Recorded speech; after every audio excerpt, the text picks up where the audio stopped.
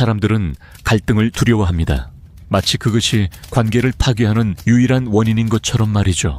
하지만 갈등은 언제나 끝을 의미하지 않습니다. 오히려 진짜 시작이 될 때가 많습니다. 당신은 왜 그와의 대화가 항상 벽에 부딪히는지 궁금했던 적이 있나요? 대답은 단순한 성격 차이가 아닙니다. 그보다 깊은 무언가가 있습니다. 바로 무의식 속에서 서로 다른 언어를 쓰고 있기 때문입니다. 칼융 심리학은 이 지점을 정확히 짚어냅니다. 우리가 의식하지 못한 채 선택하는 단어, 표정 침묵이 관계를 어떻게 움직이는지 설명하죠. 당신이 아무 말도 하지 않았는데 상대가 상처받았던 순간을 기억하나요? 그건 말이 아니라 말 사이의 공백이 상처를 남긴 것입니다. 융은 무의식이 이런 공백을 해석하는 방식을 연구했습니다. 그리고 그 해석이 대개 현실보다 훨씬 극단적이라는 사실을 발견했죠. 사람들은 눈빛 하나로도 전쟁을 시작할 수 있습니다. 또는 그 눈빛 하나로 오래된 상처를 치유할 수도 있습니다. 갈등의 시작은 언제나 사소합니다. 그 사소함이 쌓여 폭발할 뿐이죠. 그날 그 사람은 당신에게서 돌아서며 작게 한숨을 쉬었습니다. 당신은 그 소리를 무시했지만 마음 한편에 이상한 불안이 스며들었죠. 그 불안은 단순한 기분이 아니었습니다. 당신 안에 오래된 경험들이 불러낸 해석이었습니다. 칼융 심리학에서는 이것을 투사라고 부릅니다. 당신은 상대의 한숨 속에서 과거의 상처를 다시 들은 것입니다. 그러나 상대는 전혀 그런 의도가 없었을지도 모릅니다. 우리가 관계 속에서 겪는 갈등의 상당수는 사실 서로 다른 그림을 보고 있기 때문입니다. 당신은 검은색이라고 확신하지만 상대는 짙은 파란색을 보고 있는 것이죠. 둘 다 틀리지 않았지만 둘 다 옳지도 않습니다. 이 불편한 진실을 마주할 용기가 필요합니다. 그 용기가 없으면 우리는 같은 패턴을 반복하게 됩니다. 그리고 반복되는 패턴은 관계를 서서히 갉아먹습니다. 당신은 지금 어떤 패턴 속에 살고 있나요? 늘 화해하고 다시 싸우고 또다시 화해하는 끝없는 순환 말입니다. 이 순환에서 벗어나려면 먼저 그 메커니즘을 알아야 합니다. 융은 말합니다. 당신이 무의식을 의식하지 않는다면 그것은 당신의 운명이 되어버릴 것이다. 당신이 모르는 사이에 무의식은 갈등의 각본을 쓰고 있습니다. 그리고 당신은 그 각본 속에서 같은 역할을 반복하고 있습니다. 그 역할을 내려놓기 위해선 당신이 어떤 대사와 표정을 쓰고 있는지 관찰해야 합니다. 그 관찰은 불편합니다. 왜냐하면 진짜 문제는 언제나 나 안에 있기 때문입니다. 하지만 그 불편함을 피하는 순간 당신은 자유로워질 기회를 잃게 됩니다. 당신이 진심으로 원하는 건 무엇인가요? 갈등 없는 관계인가요? 아니면 진실한 관계인가요? 갈등 없는 관계는 존재하지 않습니다. 진실한 관계만이 존재할 뿐입니다. 그리고 그 진실 속에는 반드시 갈등이 포함됩니다. 갈등은 제거해야 할 적이 아니라 이해해야 할 메시지입니다. 그 메시지를 읽을 수 있다면 같은 문제로 상처받을 일은 사라집니다. 하지만 읽지 못하면 그 메시지는 더 큰 형태로 돌아옵니다. 이것이 심리의 법칙입니다. 그리고 이 법칙을 깨달은 사람만이 관계를 새롭게 재구성할 수 있습니다. 당신이 지금 마주한 갈등은 아마도 오래전부터 기다려온 진실일 수 있습니다. 그 진실을 외면하지 마세요. 외면은 잠시의 평화를 주지만 평화 뒤에는 더 큰 균열이 옵니다. 이제 그 균열을 정면으로 바라볼 시간입니다. 당신은 준비됐나요? 당신의 무의식이 보여주는 거울 속에서 진짜 당신을 마주할 용기가 있나요? 그 용기가 있다면 관계의 갈등은 더 이상 두려움이 되지 않을 것입니다. 그 순간 갈등은 적이 아니라 안내자가 됩니다. 그리고 당신은 마침내 알게 됩니다. 이 영상이 끝날 무렵 당신은 정확히 알게 됩니다. 우리가 관계에서 느끼는 갈등의 상당수는 사실 상대방이 아니라 우리 자신의 그림자와의 싸움입니다. 그림자는 우리가 인정하지 않는 모습, 숨기고 싶은 진실, 그리고 억눌러 놓은 감정으로 이루어져 있습니다. 칼융 심리학은 이 그림자가 관계 속에서 어떻게 드러나는지를 세밀하게 설명합니다. 당신이 친구의 한마디에 과하게 반응한 적이 있나요? 그 말이 사실 그리 큰 비난이 아니었음에도 이상할 정도로 마음이 흔들렸던 순간 말입니다. 그건 그 한마디가 당신 속 깊이 숨겨둔 무언가를 건드렸기 때문입니다. 당신은 아마 표면적으로는 화를 냈지만 내면에서는 오래된 상처가 깨어난 것을 느꼈을 겁니다. 그리고 그 상처는 종종 과거의 목소리를 가지고 있습니다. 넌 언제나 부족해. 아무도 널 진심으로 이해하지 않아. 이 목소리는 과거의 누군가에게서 비롯되었지만 지금의 관계 속에서도 반복 재생됩니다. 이것이 바로 투사의 작용입니다. 당신은 현재의 사람에게 과거의 그림자를 덧씌우고 그 사람을 있는 그대로 볼 수 없게 됩니다. 이런 현상은 의도적으로 일어나는 것이 아닙니다. 오히려 무의식이 자신을 드러내기 위해 보내는 신호입니다. 그렇다면 이 신호를 읽는 방법은 무엇일까요? 먼저 갈등이 생겼을 때 멈추는 것입니다. 즉각적인 반응 대신 내 안에서 무슨 일이 벌어지고 있는지를 살펴봐야 합니다. 왜 이 말에 이렇게 예민하게 반응하는지, 왜 지금 이 순간 숨이 가빠지는지 그 감정의 뿌리를 찾는 겁니다. 처음에는 답이 보이지 않을 수 있습니다. 그러나 반복해서 묻다 보면 당신의 무의식 속 문이 서서히 열립니다. 그 문 너머에서 당신은 과거에 나와 마주하게 됩니다. 그리고 깨닫게 되죠. 내가 분노한 대상은 사실 지금의 상대가 아니라 오래전 나를 상처 준 누군가였음을. 칼융 심리학은 이 과정을 그림자의 통합이라고 부릅니다. 그림자를 인식하고 받아들이는 순간 더 이상 그것이 나를 조종하지 못하게 됩니다. 당신은 상대방의 말과 행동을 있는 그대로 볼 수 있게 됩니다. 더 이상 과거의 렌즈로 왜곡하지 않게 되는 것이죠. 이것이 관계 속 갈등을 풀어내는 첫 번째 열쇠입니다. 그러나 여기엔 중요한 전제가 있습니다. 그림자를 인정하는 것은 불편하고 때론 고통스럽습니다. 당신이 피하고 싶어 했던 모습과 정면으로 마주해야 하기 때문입니다. 하지만 그 순간이야말로 변화의 출발점입니다. 관계의 갈등은 외부에서 시작되는 것처럼 보이지만 실은 내부의 전쟁이 외부로 투사된 결과입니다. 당신이 내면의 전쟁을 멈추면 외부의 갈등도 점차 잦아듭니다. 이건 단순한 이상론이 아니라 심리의 작동 방식입니다. 한번 상상해 보세요. 당신이 완전히 차분하고 안정된 상태일 때 누군가가 날카로운 말을 던져도 깊이 흔들리지 않는 자신을. 그 순간 당신은 더 이상 갈등에 끌려가지 않고 갈등을 다루는 사람이 됩니다. 그리고 놀랍게도 상대도 당신의 안정된 에너지에 반응하게 됩니다.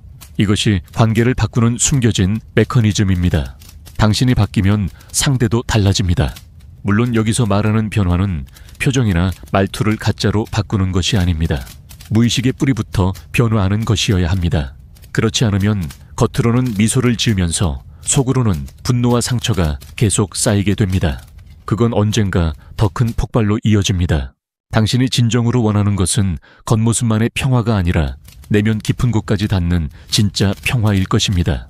그 평화는 갈등을 피하는 데서 오지 않습니다. 오히려 갈등 속에서 진실을 마주하고 그 진실을 품는 데서 옵니다. 한 번 더 생각해 보세요. 당신이 갈등을 두려워하지 않는다면 관계에서 무엇이 달라질까요? 아마 당신은 더 솔직해지고 상대방도 방어를 내려놓을 것입니다. 그때 비로소 진짜 대화가 시작됩니다. 이 대화 속에서 서로의 무의식을 들여다보게 되고 이해가 생깁니다. 이해는 언제나 갈등을 녹이는 힘을 가지고 있습니다. 하지만 그 힘은 당신이 먼저 열어야 합니다.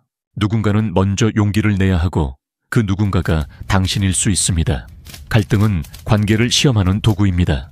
그리고 동시에 관계를 깊게 만드는 통로이기도 합니다. 당신이 이 통로를 걸어갈 준비가 되어 있다면 관계 속에서 전혀 다른 차원의 평화를 경험하게 될 것입니다. 그 평화는 누군가가 만들어주는 것이 아니라 당신 스스로 창조하는 것입니다. 그리고 그 창조의 순간 갈등은 더 이상 두려움의 대상이 아니라 성장을 위한 선물이 됩니다. 갈등을 풀어내는 데 있어서 가장 어려운 순간은 바로 내 잘못을 인정해야 하는 순간입니다. 우리는 본능적으로 방어하려고 합니다. 자존심과 자아가 손상될까 두려워서 자신을 보호하는 쪽을 선택하죠. 그러나 칼융 심리학은 이렇게 말합니다. 당신이 인정하지 않는 것은 결국 다른 방식으로 드러나게 된다고. 무의식 속에서 부정한 감정은 언젠가 더 큰 폭발로 돌아옵니다. 작은 짜증이 쌓여 분노가 되고 분노가 쌓여 단절로 이어집니다. 이때 중요한 것은 내가 잘못했다는 판단보다 무엇이 나를 이렇게 반응하게 만들었는가를 찾는 것입니다. 상대방이 던진 말 속에서 어떤 부분이 내 마음을 찔렀는지, 그 찔림이 어디서 온 것인지, 그 출처를 알게 되면 반응은 달라집니다. 예를 들어 당신이 연인에게서 "넌 요즘 예전 같지 않아" 라는 말을 들었을 때 그 말이 단순한 관찰인지 비난인지 구분하기 전에 이미 마음속에서는 거부감이 치밀어 오를 수 있습니다. 왜냐하면 그 말 속에서 사랑받지 못할 것이라는 두려움이 깨어났기 때문입니다. 그 두려움은 아마도 아주 오래전부터 당신 안에 자리 잡고 있었을 것입니다. 이 두려움과 마주하는 것이야말로 갈등을 푸는 핵심입니다. 칼융 심리학에서는 이를 내면 아이와의 재회라고도 설명합니다. 당신의 내면 아이는 버려질까봐, 인정받지 못할까봐 끊임없이 불안해합니다. 그리고 그 불안이 현재의 대화를 왜곡시킵니다.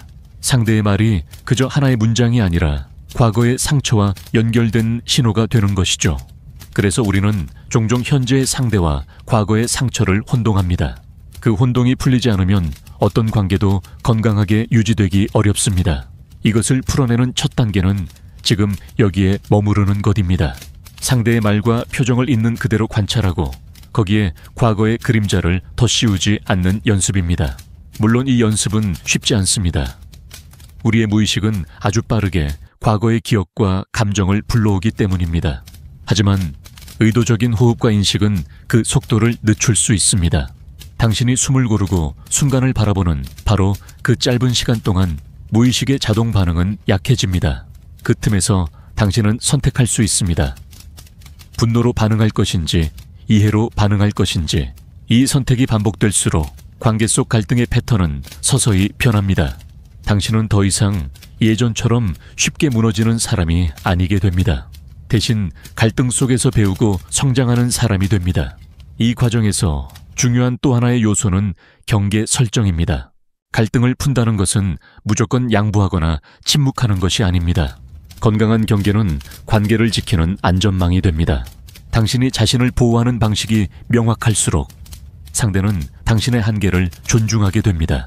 하지만 경계는 차가운 벽이 아니라 따뜻한 울타리여야 합니다. 그 울타리 안에서는 솔직함과 안전함이 함께 존재해야 하죠. 칼융 심리학은 우리에게 이렇게 묻습니다. 당신의 경계는 지금 어떤 모양을 하고 있는가?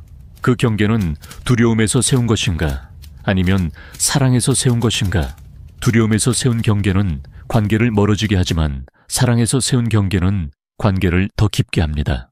이 차이를 이해하는 순간 당신은 갈등을 새로운 시선으로 바라보게 됩니다. 갈등이 단순한 부정적인 사건이 아니라 서로의 경계를 재정립하는 기회임을 깨닫게 되는 것이죠. 이 깨달음은 관계를 완전히 다른 차원으로 끌어올립니다. 당신이 상대방의 말 속에서 공격이 아닌 메시지를 읽을 수 있을 때 당신은 더 이상 방어적인 사람이 아니라 이해하는 사람이 됩니다. 그리고 이해는 언제나 변화의 시작입니다. 그 변화는 상대방을 바꾸기 전에 당신을 먼저 바꿉니다. 당신의 내면이 달라지면 같은 상황에서도 완전히 다른 반응을 선택하게 됩니다. 이것이 바로 심리적 성숙입니다. 성숙은 나이를 먹는다고 저절로 찾아오지 않습니다. 성숙은 자기 인식과 용기를 통해서만 얻을 수 있습니다. 그리고 그 용기는 당신이 갈등을 두려워하지 않을 때 시작됩니다. 당신이 진심으로 원하는 것은 아마 평화일 것입니다. 하지만 그 평화는 갈등을 회피해서 오는 것이 아닙니다. 갈등을 직면하고 그 안에서 서로를 이해하고 필요하다면 변화를 선택하는 데서 오는 것입니다. 당신은 지금 그 선택의 문 앞에 서 있습니다. 이 문을 열 것인지 아니면 돌아설 것인지는 오직 당신만이 결정할 수 있습니다. 하지만 한 가지 확실한 건 있습니다. 그 문을 열면 관계 속 갈등은 더 이상 당신을 두렵게 하지 않을 것입니다.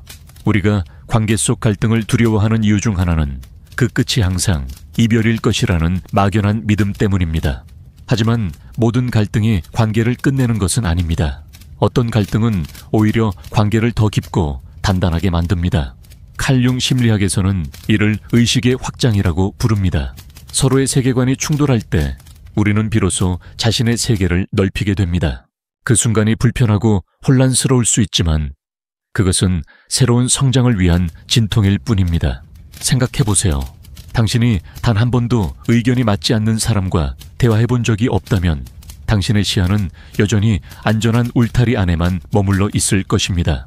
갈등은 그 울타리를 넘어서는 문입니다. 물론 그 문을 열기 위해서는 용기가 필요합니다. 왜냐하면 그 문 너머에는 내가 알지 못했던 나의 모습과 마주하게 되기 때문입니다. 당신이 상대방의 말 속에서 화를 느꼈다면 그 화 속에는 반드시 두려움이 숨어 있습니다. 그 두려움은 대개 나는 틀렸을지 모른다는 불안, 혹은 나는 충분히 가치 있지 않다는 의심과 연결됩니다. 우리는 본능적으로 그 불안을 숨기기 위해 목소리를 높이거나 표정을 굳히거나 대화를 끊어버립니다. 하지만 그 순간이야말로 가장 중요한 기회입니다. 그 불안을 인정하고 그것이 어디서 비롯되었는지 탐색하는 시간. 그 시간이 갈등을 성장의 발판으로 바꿉니다. 칼융 심리학은 무의식 속 감정의 뿌리를 이해할 때 관계의 패턴이 바뀐다고 말합니다. 그 이해는 결코 단번에 오지 않습니다. 마치 오래된 사진첩을 한 장씩 넘기듯 과거의 경험들을 조심스럽게 들여다봐야 합니다. 그 사진 속의 나는 어쩌면 지금보다 훨씬 더 상처받기 쉬운 존재였을 것입니다. 그리고 그때의 나를 지키기 위해 만든 방어벽이 지금의 갈등에서도 여전히 작동하고 있을 것입니다. 이 벽을 허무는 일은 단순한 심리 기술이 아니라 깊은 자기 수용의 과정입니다. 자기 수용이란 내가 완벽하지 않음을 인정하고도 나를 사랑하는 힘입니다. 그 힘이 생기면 갈등 속에서도 자신을 잃지 않을 수 있습니다. 더 나아가 상대방의 감정도 받아들일 수 있는 여유가 생깁니다. 이 여유는 놀라운 변화를 만듭니다. 같은 상황에서 과거에 나는 분노로 반응했을 텐데 이제는 차분하게 물을 수 있습니다. 지금 당신이 말한 그 부분이 나를 조금 힘들게 했어요. 그 이유를 들어봐도 될까요? 이 한 문장은 방어를 무너뜨리고 대화를 회복시키는 힘을 가집니다. 왜냐하면 갈등의 본질은 감정의 부딪힘이지만 그 감정을 어떻게 표현하느냐에 따라 결과가 완전히 달라지기 때문입니다. 갈등을 두려워하는 사람은 표현을 피하고 그 감정을 억눌러 둡니다. 그러나 억눌린 감정은 사라지지 않고 더 깊은 곳에서 쌓여갑니다. 그리고 언젠가 예기치 않은 순간 폭발합니다. 그 폭발은 종종 관계를 한 번에 무너뜨립니다. 그래서 건강한 갈등이 필요합니다. 건강한 갈등이란 서로의 감정을 숨기지 않되 파괴하지 않는 방식으로 나누는 것입니다. 이 과정에서 중요한 것은 의도입니다. 내가 지금 이 말을 하는 목적이 상대를 이기기 위함인지 아니면 관계를 이해하기 위함인지를 스스로 점검해야 합니다. 이 작은 점검이 대화를 바꿉니다. 이기려는 말은 상대를 닫게 만들지만 이해하려는 말은 상대를 열게 만듭니다. 그리고 문이 열릴 때 비로소 진정한 화해가 가능합니다. 당신이 그 문을 여는 첫사람이 될 수 있습니다. 그 선택이 당신의 관계를 완전히 바꿉니다. 칼융 심리학은 우리에게 한 가지 중요한 사실을 상기시킵니다. 우리는 서로의 거울이라는 것. 당신이 상대방에게서 느끼는 불편함은 종종 당신 안에 있는 무언가를 비추고 있습니다. 그 비침을 두려워하지 마세요. 그 속에 당신이 찾던 답이 숨어 있습니다. 갈등이 우리를 불안하게 만드는 또 다른 이유는 그 안에서 나의 가치가 시험받는다고 느끼기 때문입니다. 누군가와 의견이 부딪히는 순간 우리는 단순히 생각을 방어하는 것이 아니라 존재 자체를 방어하려고 합니다. 그래서 사소한 말 한마디에도 깊이 상처받을 수 있는 것입니다. 칼융 심리학은 이러한 반응이 무의식의 자기 보호 메커니즘에서 비롯된다고 설명합니다. 무의식은 당신이 과거에 겪었던 거절과 비난의 경험을 기억하고 있습니다. 그리고 현재의 상황에서 비슷한 자극을 받으면 과거의 감정을 그대로 불러옵니다. 마치 오래된 영화 장면을 다시 재생하듯 말이죠. 이때 당신이 느끼는 감정의 강도는 현재 상황과는 어울리지 않을 정도로 과장될 수 있습니다. 왜냐하면 당신은 지금의 대화를 넘어 과거의 상처까지 함께 느끼고 있기 때문입니다. 그렇기 때문에 갈등을 풀어내려면 지금의 사건과 과거의 기억을 분리하는 작업이 필요합니다. 이 분리는 단번에 이루어지지 않습니다. 우선 감정이 격해졌을 때 잠시 멈추는 습관부터 시작해야 합니다. 호흡을 가다듬고 마음속으로 이렇게 묻는 것입니다. 내가 지금 이렇게 화나는 진짜 이유는 무엇인가? 처음에는 답이 상대가 잘못했기 때문이라고 느껴질 수 있습니다. 하지만 조금 더 깊이 들여다보면 그 안에는 나는 또다시 무시당하고 있다는 해석이 숨어 있습니다. 이 해석은 현재의 상황보다 과거의 기억에 더 가까울 가능성이 큽니다. 칼융 심리학에서 말하는 자기 인식은 바로 이 순간에 발휘됩니다. 자기 인식이란 무의식이 나를 움직이는 순간을 포착하고 그것을 의식의 영역으로 끌어올리는 힘입니다. 이 힘이 생기면 당신은 자동 반응에서 벗어날 수 있습니다. 자동 반응에서 벗어난다는 것은 갈등이 생겼을 때 무조건 방어하거나 공격하는 대신 선택적으로 반응할 수 있다는 의미입니다. 선택적으로 반응한다는 것은 곧 주도권을 되찾는 것입니다. 당신이 갈등 속에서 주도권을 가진다는 것은 더 이상 그 상황에 휘둘리지 않는다는 뜻입니다. 이 주도권은 상대를 통제하는 힘이 아니라 나 자신을 지키는 힘입니다. 그리고 이 힘이 있을 때 당신은 갈등을 두려움 없이 다룰 수 있습니다. 여기서 중요한 것은 주도권을 쥐는 것과 감정을 억누르는 것은 전혀 다르다는 점입니다. 감정을 억누르면 그것은 사라지지 않고 다른 방식으로 터져 나옵니다. 주도권을 쥔다는 것은 감정을 인정하되 그 감정이 나를 지배하지 않도록 하는 것입니다. 이 미묘한 차이를 이해하는 순간 당신은 관계 속에서 훨씬 더 자유로워집니다. 자유로워진 마음은 상대방의 입장을 더 잘 들을 수 있게 해줍니다.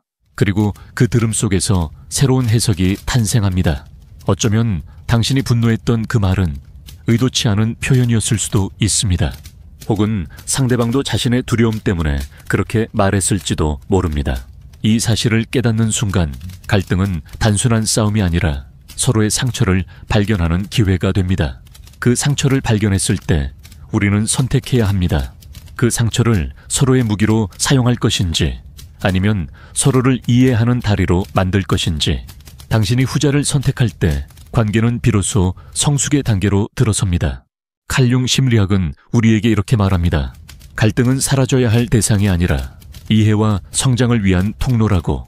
이 관점을 마음에 새긴다면 당신은 더 이상 갈등을 피하지 않을 것입니다. 오히려 갈등 속에서 배우고 그 배움을 통해 더 깊은 유대감을 만들 것입니다. 그리고 그 유대감은 평화로운 순간보다 갈등을 함께 통과했을 때 훨씬 강하게 다져집니다. 관계의 진짜 힘은 갈등이 없는 데서 나오는 것이 아니라 갈등 속에서도 서로를 잃지 않는 데서 나옵니다. 관계 속에서 갈등이 반복될 때 우리는 종종 이런 생각을 합니다.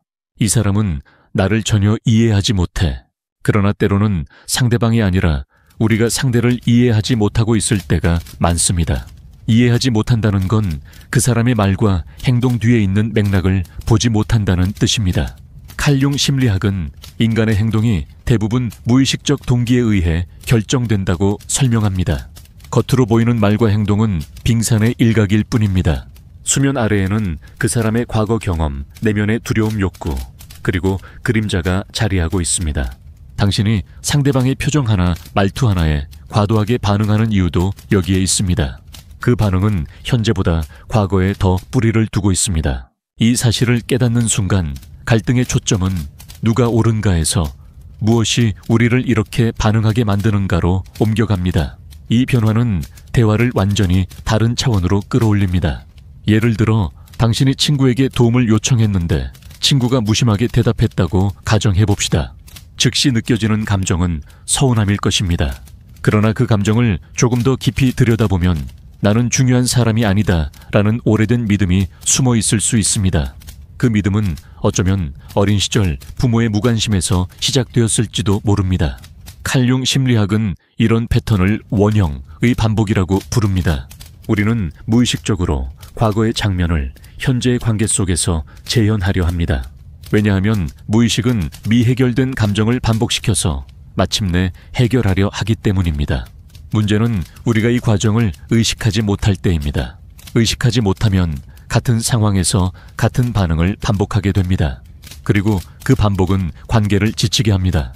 따라서 갈등을 풀어내려면 먼저 이 무의식의 반복 패턴을 인식해야 합니다.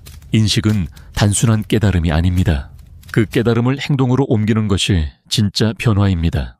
예를 들어 서운함이 올라올 때 이건 또 내가 중요하지 않다고 느끼는 오래된 패턴이구나 라고 알아차리는 것입니다. 그 순간 당신은 선택할 수 있습니다. 그 감정에 그대로 휩쓸릴 것인지 아니면 새로운 반응을 시도할 것인지 이 선택이 쌓이면 관계의 질은 놀랍도록 달라집니다. 갈등의 순간마다 패턴을 바꾸는 것은 마치 낡은 길을 벗어나 새로운 길을 개척하는 것과 같습니다. 처음에는 어색하고 불편하지만 점차 익숙해지고 편안해집니다. 그리고 어느 순간 그 새로운 길이 당신의 기본 길이 됩니다. 이것이 심리적 재구성의 과정입니다. 칼융 심리학이 말하는 자기 실현도 이 과정 속에서 이루어집니다. 자기 실현은 거창한 성공이나 성취가 아닙니다. 그것은 단순히 내가 나 자신과 화해하고 내 안의 다양한 부분을 통합하는 것입니다. 갈등은 이 통합을 방해하는 것이 아니라 오히려 촉진합니다. 왜냐하면 갈등은 우리가 보지 않으려 했던 내면의 부분을 드러내주기 때문입니다. 그 드러남이 불편하더라도 그것을 직면할 때 비로소 성장의 문이 열립니다. 당신이 갈등 속에서 성장하려면 한 가지 질문을 스스로에게 던져야 합니다. 이 상황이 내게 보여주려는 것은 무엇인가? 이 질문은 방어를 풀고 열린 시선으로 상황을 바라보게 합니다. 그러면 놀랍게도 갈등 속에서도 배울 점이 보이기 시작합니다.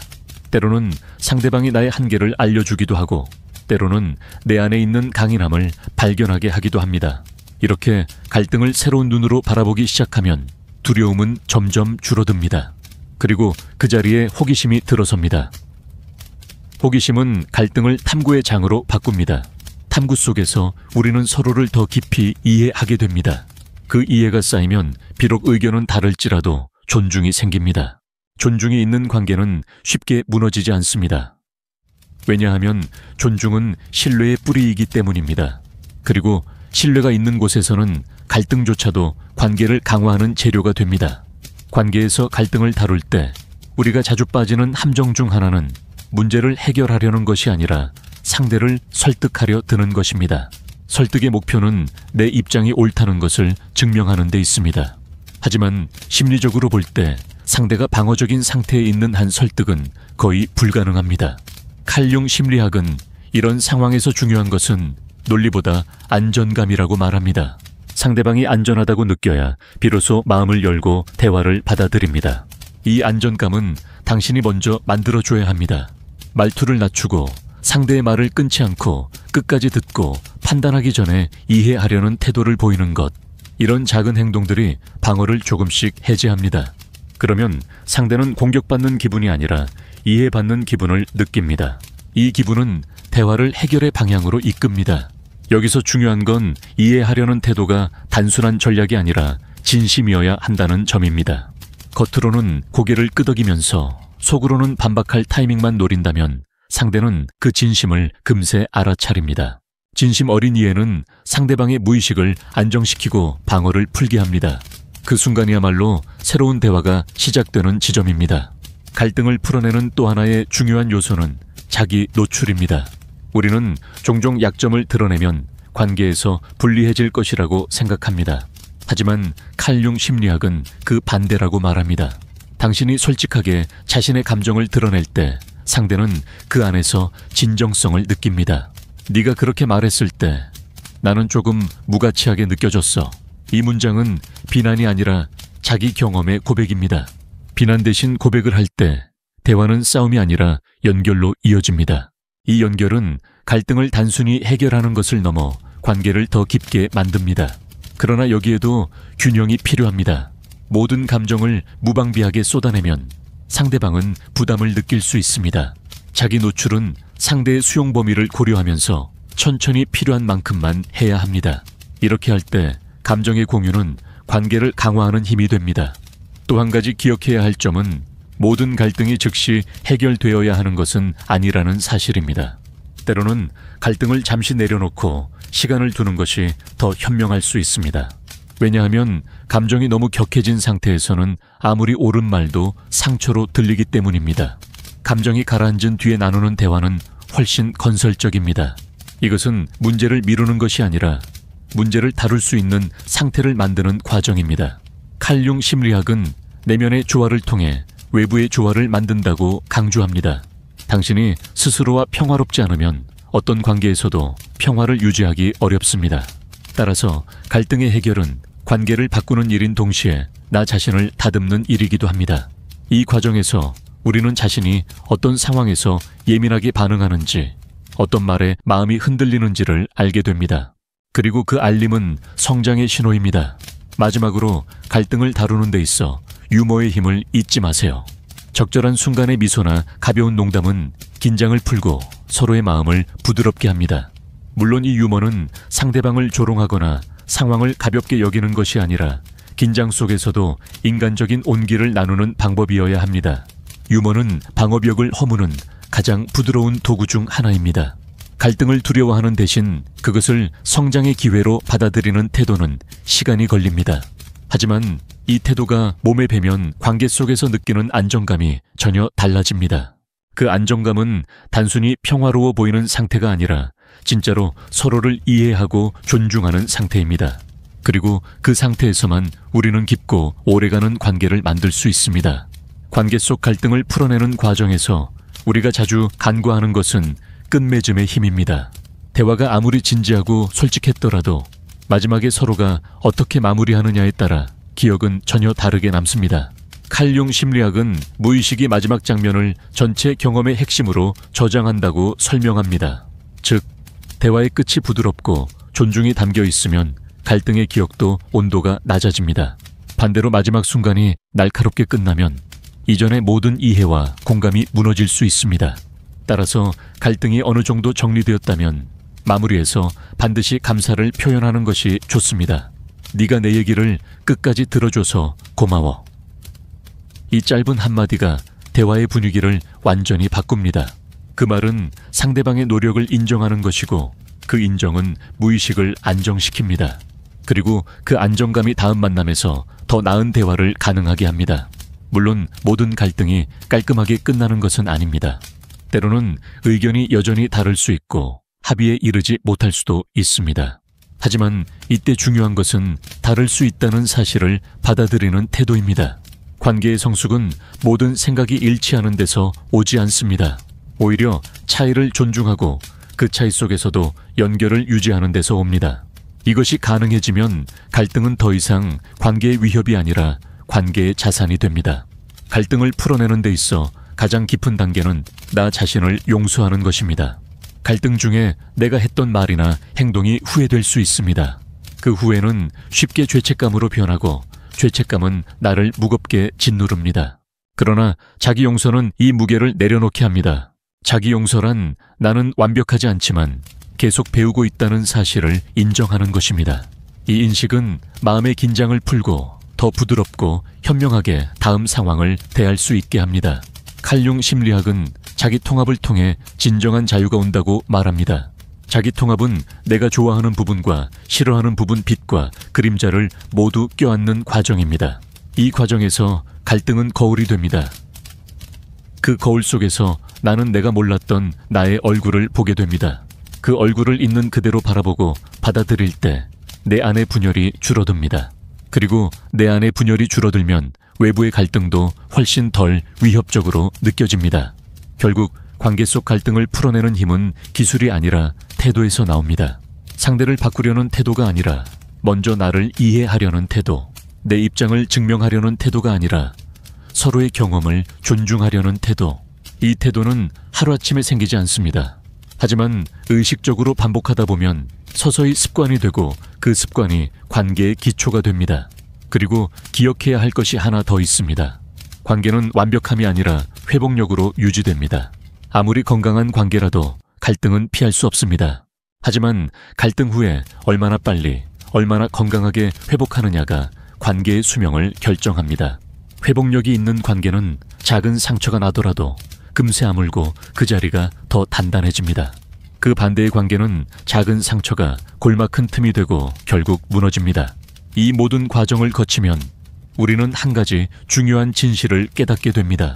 갈등은 사랑과 반대되는 것이 아니라 사랑의 일부라는 것, 서로의 차이를 마주하고 그 차이 속에서 연결을 선택하는 것, 그 선택이야말로 관계를 진짜로 성장시키는 힘입니다. 당신이 오늘 마주한 갈등이 있다면 그것을 피하지 말고 조심스럽게 열어보세요. 그 안에는 당신이 몰랐던 자신, 그리고 상대의 새로운 모습이 숨어 있을지도 모릅니다. 그 발견이 두렵게 느껴질 수 있지만 바로 그 지점에서 성장이 시작됩니다. 이 영상이 당신의 마음에 닿았다면 구독 버튼과 좋아요를 눌러주시고 현재의 감정을 함께 나눠주세요. 제가 함께 하겠습니다.